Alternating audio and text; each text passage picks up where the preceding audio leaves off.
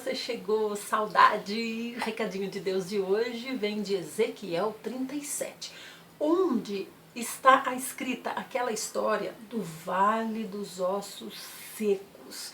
Que coisa interessante, né? Ezequiel era um profeta e o Senhor queria ensinar algo para ele. Então o Espírito do Senhor, pode ser chamado de Espírito Santo, pegou Ezequiel e o levou para vagar sobre um vale enorme, com muitos ossos humanos e secos. Que visão terrível! Andar sobre o vale de ossos secos. Já pensou? Mas Ezequiel estava vagando por cima, segundo era levado pelo Espírito do Pai.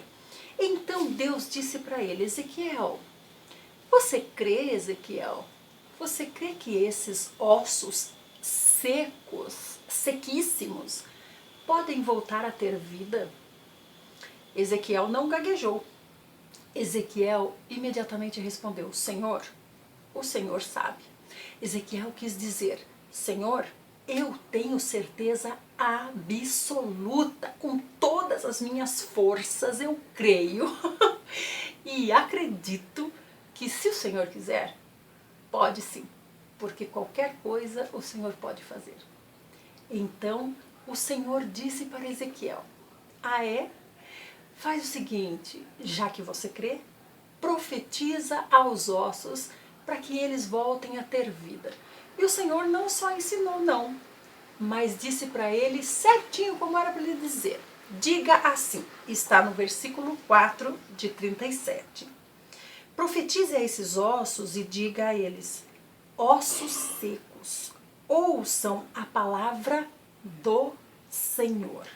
Assim diz o soberano, o Senhor, a vocês, ossinhos secos, farei um espírito entrar em vocês e vocês terão vida.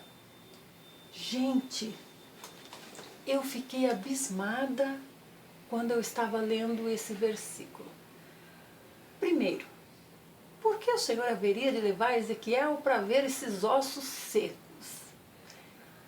Segundo lugar, para ensinar Ezequiel que o poder da fé tem que ser verbalizado por palavras audíveis.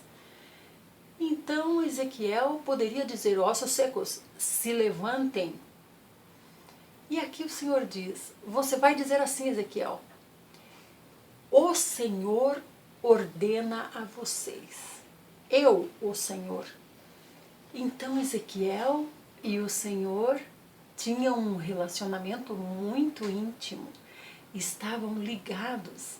Porque se Ezequiel dissesse, era o próprio Senhor dizendo. E depois dele proferir as palavras, assim diz o Senhor, mas quem estava dizendo era ele. Depois de falar, os ossos começaram a receber de novo tendões, nervos, carne e se formaram os corpos. E aí o Senhor disse: agora faça com que o Espírito entre de novo nos corpos. E isso está no versículo 9. Profetize ao Espírito, profetize, filho do homem, e diga agora ao Espírito. Então é uma segunda ordem para um segundo elemento, o Espírito. O primeiro já era para os ossos, e os ossos já tinham obedecido. Agora faltava o Espírito. E ele disse assim: assim diz o soberano, o Senhor, venha desde os quatro ventos, ó Espírito, e sopre dentro desses mortos para que vivam. E eu profetizei conforme a ordem recebida, e o Espírito entrou neles. Que coisa interessante. Ele profetizou aquilo que o Senhor tinha lhe mandado. Porém, o Senhor disse a ele: diga assim, o Senhor está ordenando a vocês, ossos secos. O Senhor está ordenando a você, Espírito. Eu tenho uns ossinhos secos aqui que precisam ser levantados. É uma primeira etapa, não é? Se você tiver fé que os ossinhos secos que estão aí, nesse vale que o Senhor está fazendo você pairar sobre, podem se levantar, então profetiza. Profetiza. Você tem vergonha de profetizar? Você tem vergonha de verbalizar que o Senhor tem poder e que a sua fé tem poder de ação? Que a sua fé é um estímulo, é aquele choque para que as coisas se mexam do lugar? Não tenha vergonha. Porque só uma pessoa perde com isso. Você. E Ezequiel aqui não estava profetizando para multidões ouvirem, não estava profetizando para pessoas ouvirem da palavra de Deus. Não. Era uma coisa entre ele, Deus e os ossos secos.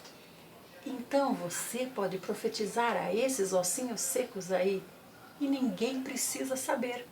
Mas verbalize a sua fé. É isso que o Senhor quer ver em você.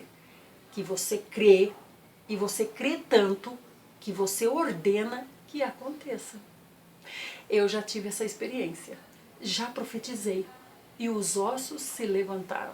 E numa segunda etapa, profetizei de novo e o Espírito deu vida de novo aos ossos. E não paramos aí, olha o que o Senhor disse depois, o que Ezequiel disse depois. A vida voltou para aqueles ossos. E era um exército enorme. Ezequiel ficou abismado com isso, com essa experiência com Deus. E era um exército enorme. Você vê que interessante? Muitas vezes nós nos escondemos na coletividade. E aí nós nos sentimos fortes, capazes. Por quê?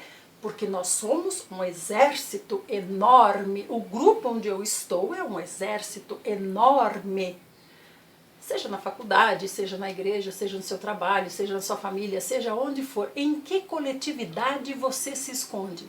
Em que coletividade você é parte de um exército enorme e inútil, infelizmente. Porque o Senhor ali precisou de apenas um, Ezequiel. E ele fez. E aconteceu. Estou me lembrando agora de Gênesis 2, 1, onde o Senhor disse assim, ele já tinha terminado tudo, né? Fez o homem, fez a mulher, e daí nesse versículo ele diz assim, e estava pronto todo o meu exército. Eu fiquei pensando, que todo exército é esse? Será que são os animais?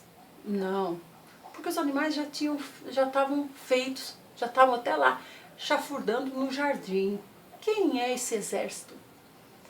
Aí eu tive clareza, quando o pai me disse, o exército é Adão e Eva. E quantos são, Idelma, Adão e Eva? Eu falei, 2. E pensei logo melhor, não são 2, são 1, porque esse casal é um para o Senhor. Então não importa se a mulher profetiza ou se o marido profetiza, o que importa é que esse um é o exército do Senhor.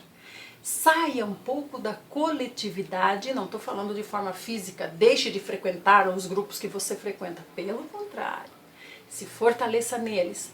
É lá que você vai contar o testemunho dos ossinhos que se levantaram, porque você profetizou. E profetize com fé, profetize com vigor, profetize com certeza, porque não é você que está dando a ordem, é o Pai.